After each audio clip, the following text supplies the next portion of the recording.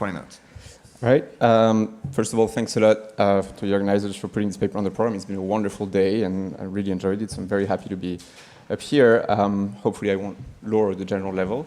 So this is joint work with Jan Eberly and Dimitris, who are my colleagues at Colloque, and then Andrea, who's at UCLA. So the starting point for this paper is that intangible assets are an important factor of production for firms. So just to fix vocabulary, what's intangible assets? It's a term from accounting that refers to productive assets that don't have a physical presence, so you can touch them. Usually that covers three groups of assets: IT-related assets like software and databases, IP assets like patents and trademarks, and then other corporate assets which include production processes, management methods, as well as customer or supplier relations.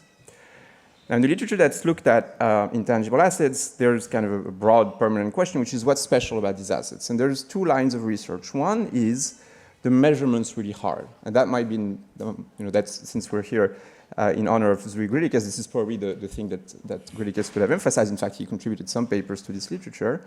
This literature says, well, the flows and stocks of these things are really tricky to figure out, so that's what we should focus our effort. But when it comes to putting these things in economic models, we can treat them essentially just like we do physical capital. Another strand of research says, no, these maybe have distinct economic characteristics that make them different from physical capital. So with apologies to Griliches, this paper is going the second route, not the measurement route.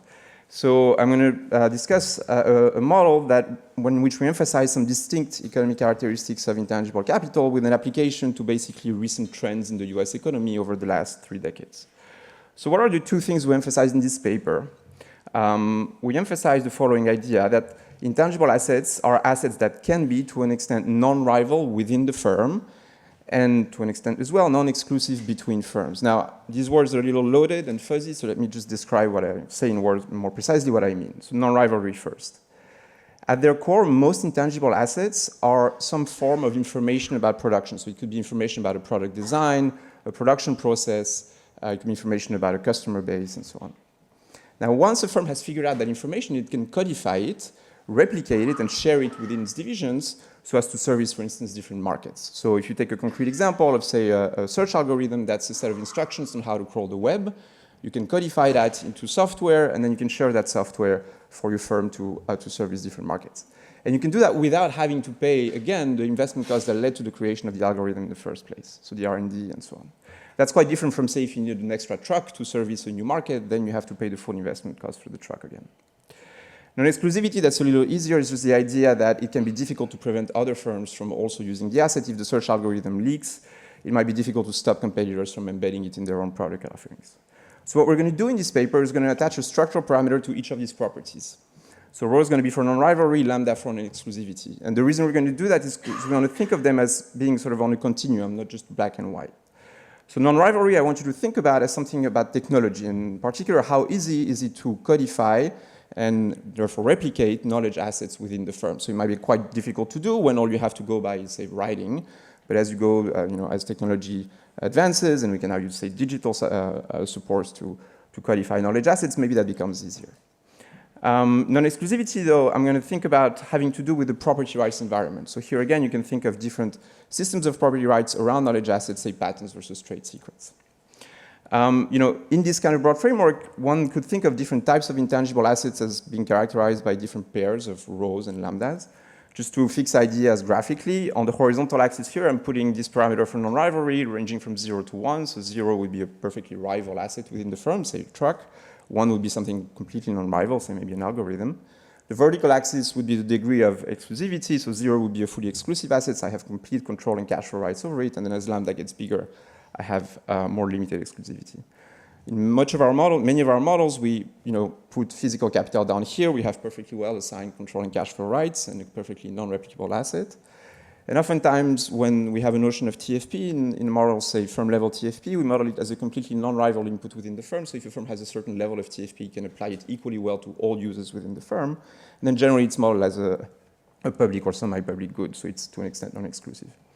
What we're thinking about here is intangible assets as maybe being somewhere in between. So if you think, for instance, of a molecule that's patented and that can be used across a number of drugs within the firm, that would be a very easy to replicate type of knowledge asset and one well protected by, say, patent law. The production process might be harder to replicate exactly from one establishment of the firm to the next. It might also be more weakly protected, say, only through non-competes or trade secrets. So the question we're going to go after in this paper is, imagine you have a model that has these features. What happens to growth when the degree of replicability or non-rivalry of assets within the firm changes and when it goes up? And so here what we have in mind is, in words, the idea that some technological change might make the replication of knowledge assets easier within the firm. And the data I'm going to show you will span roughly the early 90s in the US, so think about the IT revolution. The contribution is we're going to write down a long-run growth model where we sort of formalize these two ideas. And then we're also going to discipline that model. So I probably won't have time to do a careful explanation of the quantitative part of the paper today. But in very concise words, we're using data on firm scope, so how many markets or business lines firms have in the US to pin down the degree of non-rivalry in the model. And then we're using data on essentially who owns the firm at entry, so ownership by the founders of the firm, to tell us something about the degree of exclusivity. So if I have time, I'll get there later in the talk. And then armed with this kind of quantified model, we can look at the answer to our question. And the main point I'm going to try and get across is that in this model, when you increase the degree of replicability of assets, you don't necessarily increase growth. And in fact, I'm going to show you that generically in the version of the model that I'll discuss today, the opposite is true. So in the long run, so in a comparative static sense, if you make things more replicable within firms, where you end up is a situation where entry rates decline in the long run, investment rates decline, trend growth declines, despite the fact that the scope of firms, so the number of products they produce or the number of markets they're active in goes up, their profits rate go up, various measures of valuations within the model go up, concentration goes up. And so this happens over the long run. What I'll show you as well is that the transitional dynamics are interesting. They're characterized not by an immediate decline in entry and investment, but instead by a burst. Okay, so this is going to be a model where if you change rho today and permanently, in the short run, there'll be a wave of entry investment and a burst of growth. And then in the long term, you'll decline to you'll converge to a lower balanced growth path. So I'm not going to try to give you the intuitions here. That's kind of where I'm headed for the next 10 minutes. But just to give you a sense of why we think this is maybe interesting, well, a lot of these qualitative predictions of the model look a lot like what the US economy has been characterized by over the last 2 to 3 decades. So just to fix ideas, as you guys know, many measures of the profit rates of firms have been increasing. This is the ratio of corporate profits to GDP in the US. Measures of valuation ratios, this is my favorite one, Tobin's Q, have been increasing since the 90s. This is a very Porzman version of concentration rates across the main sectors of CompuStat that has been increasing steadily since the 90s, and entry rates have been declining. And so our model is going to predict or is going to produce patterns that are qualitatively consistent with all of this and to an extent quantitatively as well from this change in the degree of replicability of assets within the firm. All right, so let me walk you through the model. And here, there's basically 2 little things that are new here. So hopefully I'm going to give you the intuition of how they work and how they capture these key ideas that I highlighted in the intro. So the structure of the model is super simple. There's a household that supplies labor to intermediate good producers. 2 forms of labor. One is production labor that's used after entry by firms to produce stuff. And one is entrepreneurial labor, which is essentially how you start a firm. Intermediate good producers channel intermediate goods to a final good producer and then to the household. All the action is going to be on the guys in orange over there, so that's who I'm going to be talking about for the rest of the talk. So these guys, each of them is going to produce some measure of intermediate varieties, and I'm going to call that the scope of the firm. Okay, so think of X as some number characterizing how many business lines or how many markets a firm is active in. So a firm J, a monopolistic producer J, is going to have a number of decisions to make. The simplest one are what happens after entry. This is a model where essentially everything is decided, or most important things are decided at entry. After entry, all the firm does is it is the monopolistic producer of a particular variety. It has a Cobb-Douglas production function that takes as inputs labor, and then a fixed amount of intangible capital. M here is for the particular variety in the products, within those that the firm is producing. And N of M is the amount of intangible capital that firm has allocated to the production of that variety at entry. Okay, so think of that as being fixed once the firm enters. So that's going to give me some profits here. So I'm not going to show you the exact expressions. They're fairly simple, but think of that as a very simple monopolistic production problem and pricing problem. All the interesting stuff is at entry. So at entry, the entrepreneur is going to create a firm that is going to have some intangible capital stock, some total intangible stock that I'm going to call N of J. The production process for that, where this N of J comes from, I'll tell you in a few slides, but for now, take that as given. Given that total intangible stock, the firm is going to have to choose 2 things. One is just how many varieties it produces, that's the scope. And the second one is how it allocates intangible capital across these varieties. Okay. So let me tell you about those in reverse. I'm first going to tell you about the allocation problem and then the scope choice problem. So the allocation problem is going to look something like this. So after entry, the entrepreneur has created, imagine they have some scope and some amount of intangible capital. They've created a firm that's worth something. So that something here is going to be the enterprise value, VT. And that's going to be the present discounted value of future profits. And the profits are basically discounted and then aggregated across varieties. So here you can see everything is kind of nice and isoelastic. This comes from the monopolistic competition problem. I won't give you any details on this. Now, the somewhat new thing here is how we're modeling the allocation problem. So the thing that the entrepreneur has to choose is how to allocate intangible capital across these varieties subject to a sort of budget constraint. The budget constraint is unusual in that it says that there's a CES aggregator that has to be less than or equal to the total capital stock N. So I'm going to focus in the next couple of slides in explaining to you why this captures this idea of replicability within the firm, how this rho thing works. So the idea is the following. Take rho equals 0. In this case, what you have is the standard sort of adding up budget constraint. The marginal rate of technical substitution is 1 between varieties. We think of that as being the case of rival assets within the firm. In a symmetric allocation, say you have 100 units of productive assets, 10 uses for them, you would allocate exactly 10 to each. So this would be how we typically model machines or structures. The other limit case of the CS aggregator is when rho is equal to 1. So there the technical rate of substitution is 0, and we think of that as the case of non-rival inputs within the firm. In this case, the aggregator converges just to the max. And so in a symmetric allocation, if you have 100 units of productive capital, you can exactly replicate that across each use. So you have effectively 1,000 units if you've deployed it across X uses. So you could think of, for instance, a patent as being an example of that for, say, your touchscreen. Then the cases that we might be interested in are those in between, where the rate of technical substitution is bounded away from both 0 and 1. In this case, we think of it as imperfect rivalry within the firm, and the way to visualize this is in a symmetric allocation, you will end up allocating some amount of productive knowledge to each of the uses, each of the varieties, but that amount will be, say, more than 10. It could be as much as 80 if rho is close to 1. Okay. And so these would be things like things that are fairly hard to replicate within the firm, say an inventory management process. You can think of Amazon as being an example of, the N here would be Amazon's blueprint for how they organize warehouses in online delivery. And the N over X to the 1 minus rho would capture how well they're actually able to implement that blueprint within each of their establishments. Okay, this little device here gives us a way to think about this notion that you see in the literature that intangible capital has returns to scale. Formally, what happens in the model is enterprise value is going to be sub Cobb-Douglas of the scope of the firm and its total intangible capital stock. When rho is 0, this becomes a constant returns to scale aggregator. But when rho is strictly positive, there's actually jointly increasing returns to the scope of the firm and to its stock of knowledge assets. Okay, so now I've told you how the firm is going to choose how to allocate capital across uses, and I've told you about this device for non-rivalry. The second thing I need to tell you about is non-exclusivity and the choice of scope.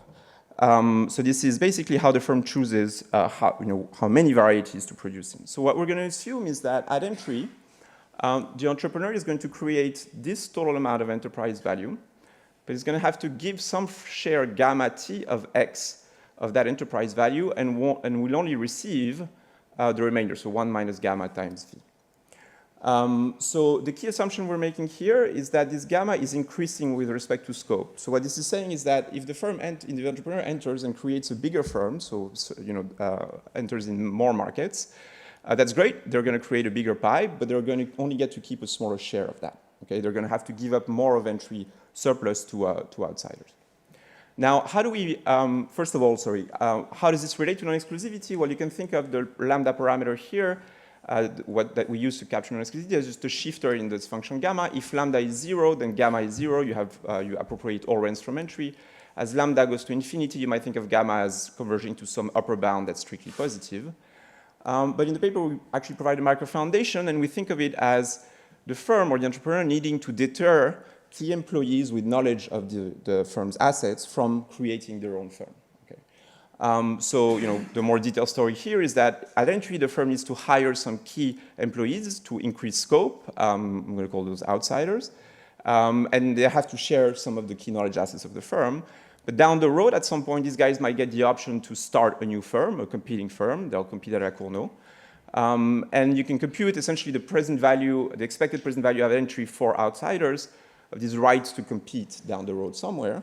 That's how much the entrepreneur has to give to these guys to deter them from entry. And so that would be the gamma times V here, and the result in the background is that this share, this option value to compete is proportional to enterprise value by a factor that only depends on the scope. So you can think of the lambda here as capturing, for instance, patents, trademarks, or non-competes. Okay, so I've given you essentially the second key ingredient of this model, and now you can see in this equation that how optimal scope is going to be chosen.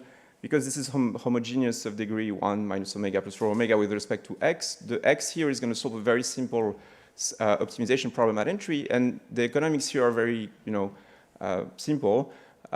This term here, it says that the firm chooses its boundaries to take advantages of economies of scope, and these are amplified when rho is higher. But on the other hand, it's limited in its choice of scope by basically imperfect property rights. So in this model, if you want to become really big, you are likely to expose yourself to a lot of imitation by your key employees, and therefore you have to compensate them more to deter them from doing that.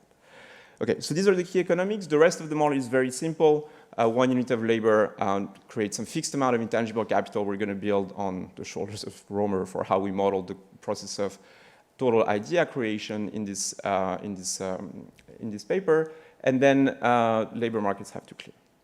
Okay, so in the time I have left, I just want to spend 1 minute on explaining to you what's going on with the main comparative static I mentioned in the introduction, and then say a word about data if I have time. So in the introduction, I told you, well, in this model, strangely, if you increase non-rivalry, the degree of non-rivalry, so if you move from our typical assets resembling more cars to resembling more algorithms, you have a declining pattern for growth, and this is the statement about comparative statics, okay, across balanced growth path. Now, in balanced growth, everything in this model is coming from entry. So this left graph is the same thing as saying that entry rates are declining. So what's going on here? Basically, in this model, increasing growth has 3 competing effects. One is returns to entrepreneurship increase because, even fixing scope, with higher rho, you benefit from being able to replicate your knowledge assets more. So you create more enterprise value at entry. On the other hand, you also create bigger firms. And because this is an economy where the scarce factor is labor, eventually that's going to push up wages because this intangible capital still needs some labor to work with. The first effect is going to incentivize entrepreneurs to create firms. The second one is going to disincentivize it. The third effect is this non-exclusivity effect, which is that as rho increases, you optimally choose to create a bigger firm, but you also have to give up more of that to your key employees or to the outsiders that help you raise the scope of the firm. And that is going to make entry less attractive compared to the alternative in this economy, which is production labor. So if we didn't have the non-exclusivity part, if scope were fixed in this model, these two effects would exactly offset one another, and higher rho would just lead to higher levels of GDP, but no long-term growth effects. On the other hand, if we do introduce this effect, this disincentive effect that I was discussing, the growth is going to be lower in the new BGP. And really what's going on here is these firms are now entering with a better technology, higher rho. They can deploy knowledge assets at bigger scale. But for that, they're going to need lots of computer scientists, lots of IT workers. Eventually, that's going to beat up their wages. And they're also going to have to give up more of enterprise value to this group of people, which is going to further disincentivize entry. This is all going to be true, even though growth may increase in the short run. So let me show you that part now. So I'm going to go very quickly on this. The exercise we do in the paper is we calibrate the model to the early 1990s, and then we measure the change in rho in the data, and that's the only thing I'm going to show you really. And then we feed that change through to the model to look at what the transitional dynamics following that change look like, and what we get is the result I mentioned in the introduction of a burst of growth. Now, I'm just going to talk about how we measure rho very briefly. Basically, we use recent data by Hubbard and Philippe, who do textual analysis of 10 case statements of US firms. And we leverage the fact that in the model, the covariance between this is a measure of scope, so basically how many product markets a public firm operates in. The covariance between that and the firm's sales is going to help us identify rho. So this is the scope of the typical firm in that data set. The average firm goes from having about 6 product markets to having about 10 in the late 2020s. I'm going to go quickly over the identification, but if you back out from the cross-sectional covariance between sales and scope the value of rho consistent with the model, what you find is rho went up from about 0.2 in the 90s to now about 0.4. And feeding that through the model, I'm going to skip this, gives you a burst of growth in the short run, followed by a decline. All right, I'm out of time, so let me wrap up. The main point here was to propose a way to think about this notion of imperfect or partial non-rivalry of assets within the firm, how it interacts with non-exclusivity, and ask, how do changes in the degree of non-rivalry affect growth, show you this somewhat puzzling result that in the long run it depresses growth. And this is a setup that you can use to ask a number of other questions, including measurement questions, more in the first spirit of Griliches. So thank you very much. So the main idea, to introduce the main idea, let's start from patented ideas. We know that patented ideas are both seen as fully non-rival. The use of an idea by one individual does not prevent the use of that idea by another individual. And fully excludable, patent prevents the idea from being stolen by an imitator and exploited by someone else.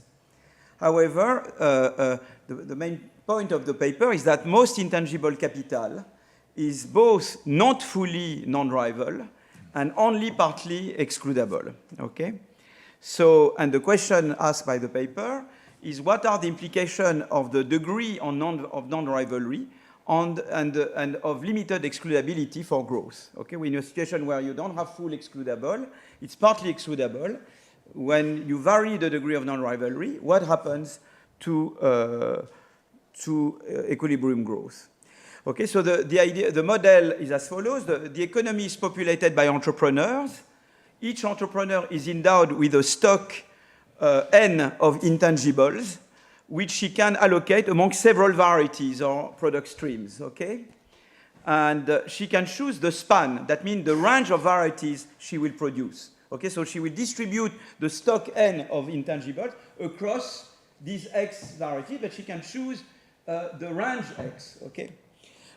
Innovation intensity will be determined in equilibrium by a labor market clearing condition, labor for research plus labor for production equal labor supply, and a free entry condition in equilibrium. You should be indifferent between investing in entry, in innovation, and working as a, as a production worker at wage W. Okay. So now, for given amount of intangible, the entrepreneur chooses her production labor demand, her span X, and her allocation of intangibles across the varieties, across the X varieties, to maximize the value, the value of the firm, subject to this constraint. Okay, so that tells you how that tells you how you spread, the intangibles given the constraint N. And the rho is crucial here because the rho is your measure of non-rivalry. Okay, so if rho equals 0.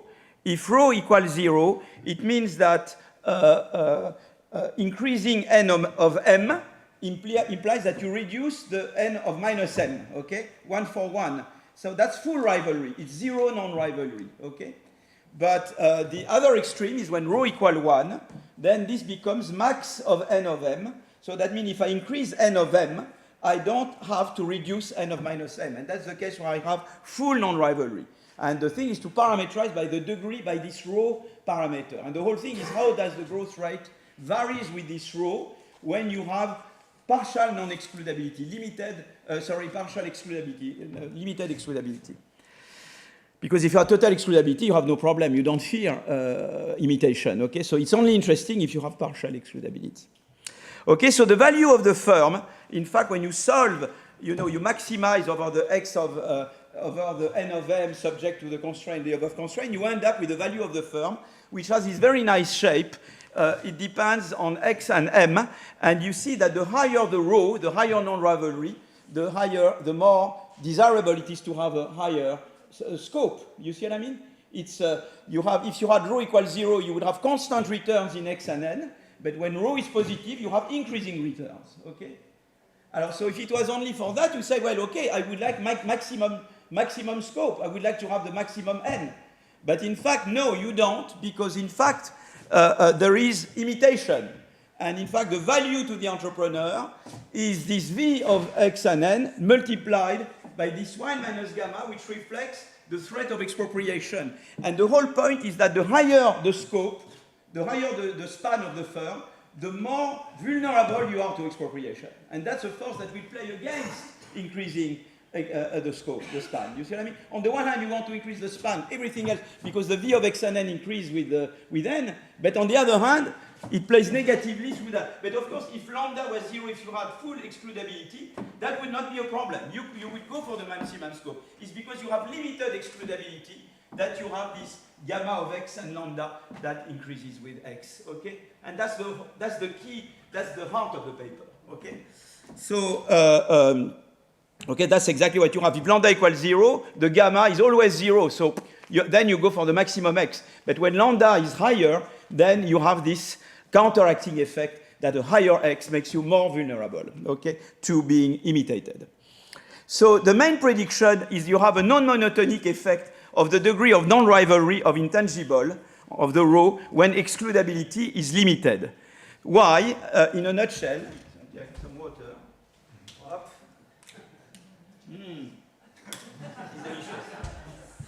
Yeah.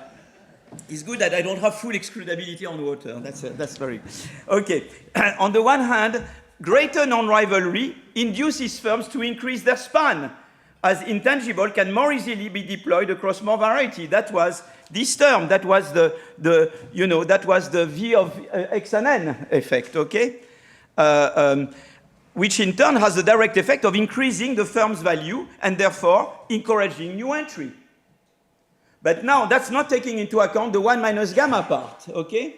And that's on the other hand, the higher the degree of non-rivalry, the more a higher span exposes the firm to the risk of being expropriated by an imitator. For sufficiently high non-rivalry, increased non-rivalry may induce the firm to reduce its span ex post, and therefore it may reduce the maximum achievable post-entry value, which in turn will tend to discourage entry. And that's the counteracting effect. There is a typo there, increased non-rivalry, and not increased rivalry.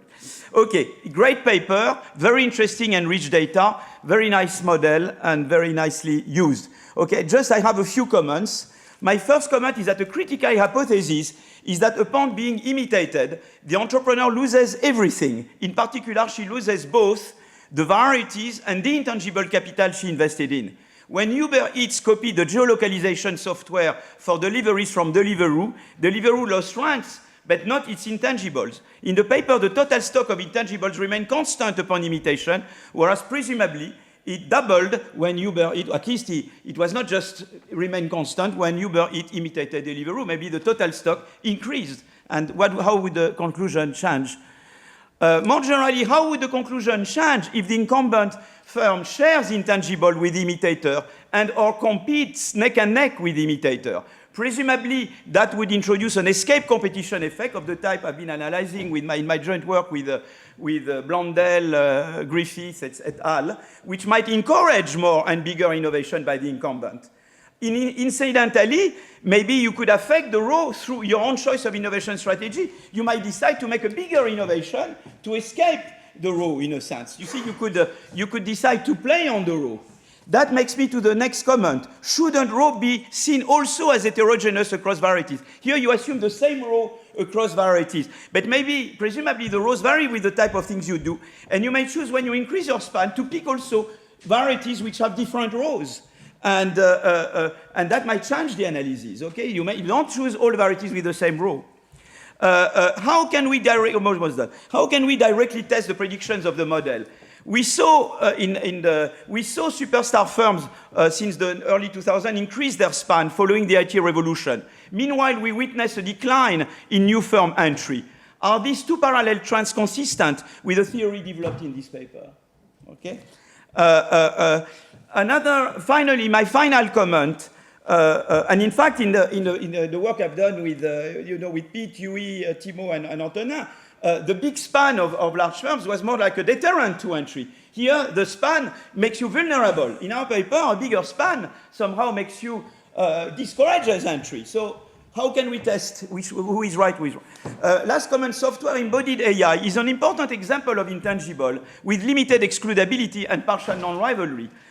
Joint work with Ben, with you, Ben, and Chad, as well as recent work by Brynjolfsson et al. And also empirical work I've been doing with Simon Bunel, which Antonin referred to this morning, point at a sizable growth potential of AI.